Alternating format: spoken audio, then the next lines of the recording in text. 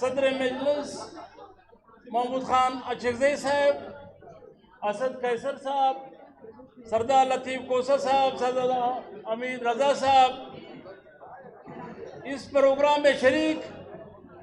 میرے بھائیوں بہنوں، سب سے پہلے تو میں فیصل آباد بار کو مبارکباد دیتے ہوئے اس بات کا برملا اظہار کرتا ہوں کہ آج جب ہم سب سے پہلے کوئٹے میں اس اتحاد کی بنیاد رکھی جا رہی تھی اور اس ملک میں آئین کی بالادستی کے لیے جب افتتاح ہوا اور کل جب اسلام آباد میں اس کا اجلاس ہوا،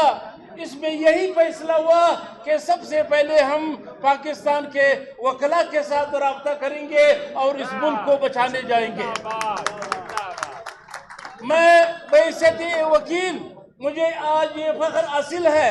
کہ میں فیصل آباد اس بار سے مخاطب ہوں جس نے یہاں پہ واقعی ایک آزادی کی بنیاد رکھی۔ انہوں نے عمران خان کو چنا، ان کی جماعت کو چنا اور اس کا ساتھ دیا۔ اب کہتے ہیں کہ آج بھی ہم سمجھتے ہیں کہ یہ ملک جو پاکستان ہے یہ پرانا ملک نہیں، نیا ملک ہے۔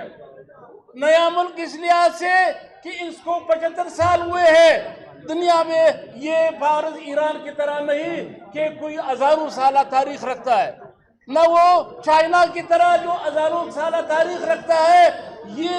نیا ملک جو ہے اس کو صرف اور صرف آئین کی حاکمیت کے مطابق اس کو چلایا جا سکتا ہے۔ آئین کے بغیر یہ ملک نہیں چل سکتا۔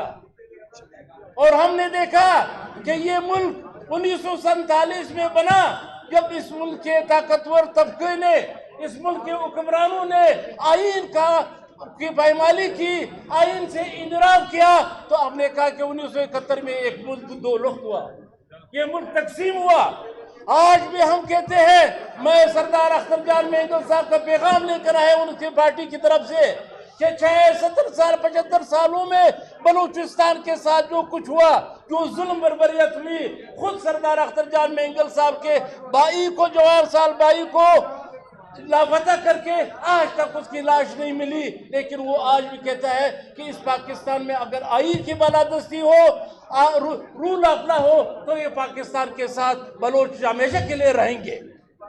تو آج ہم جب فیصل آباد آئے، یہ خوش قسمتی ہے فیصل آباد کی کہ یہ پاکستان کی سب سے بڑی صنعتی شہر ہے۔ اللہ تعالیٰ اس کو مزید ترقی دے، اللہ تعالیٰ اس کو مزید خوشحالی دے۔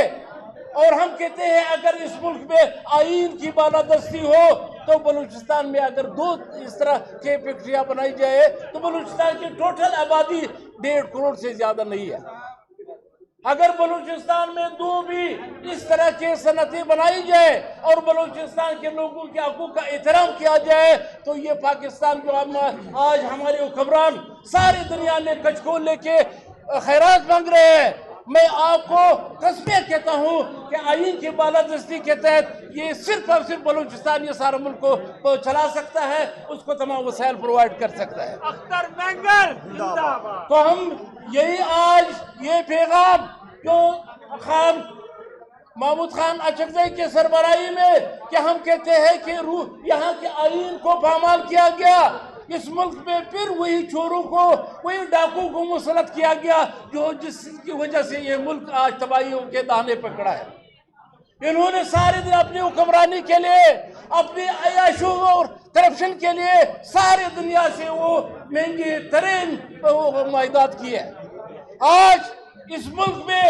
جس ملک کے عوام نے جس کو منتخب کیا، جس ملک میں جس کی حکمرانی ہونی چاہیے عمران خان کی، وہ جیل میں ہے اور چور ڈاکو جو ہے وہ اقتدار میں قابض ہے۔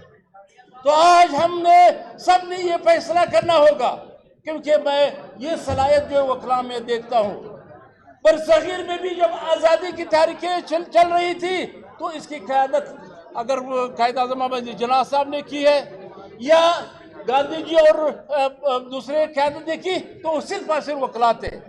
آج بھی ہم کہتے ہیں کہ اگر ایمانداری سے وکلا یہ طے کر لے کہ ہم نے اس ملک میں آئین کی بالادستی کو قائم کرنا ہے تو کسی کا باپ بھی اس ملک پہ حکمرانی نہیں کر سکتا، اس ملک کو ترقی کرنے کی سے کوئی نہیں روک سکتا۔ تو میں اسی الفاظ کے وقت نہیں کہ ہم لیٹ ہو گئے، ہماری قائدین نے بات کرنی ہے، تو میں بحیثیت وکیل آج میں فخریہ آج اس در سے میں نے جو فیصل آباد کے وکلا نے جس طرح ہمارے قائدین کا یہ استقبال کیا، اللہ تعالیٰ آپ کو عزت سے نوازے، اللہ تعالیٰ آپ کے بد نظر سے بچائے، اور اللہ تعالیٰ ہم سب کو یہ توفیق دے کہ اس ملک کو بچانے کے لیے اب ایک واحد راستہ رہا ہے، یہ قومی فریضہ بھی ہے کہ ہم سب اٹھ کر اس تحریک کا ساتھ دے جو آئین کی تحفظ چاہتا ہے، قانون کی تحفظ چاہتا ہے، قانون کی حکمرانی چاہتا ہے، اور اس ملک میں اس شخص کی حکمرانی چاہتا ہے جس کو عوام نے اپنے عوام نے چنا ہے۔ ہم مزید اس ملک پہ چوروں کو برداشت نہیں کر سکتے، ان ڈاکوؤں کو برداشت نہیں کر سکتے کہ اس ملک کو تباہی اور راستے پہ لائے۔ تو میں اسی الفاظ کے ساتھ آپ سب کا مشکور ہوں، اور خاص کر فیصل آباد بار کے وکلا کا اور صدر کا جنہوں نے ہمارا پرپاک استقبال کیا۔ اللہ تعالیٰ آپ کو عزت سے نصیب۔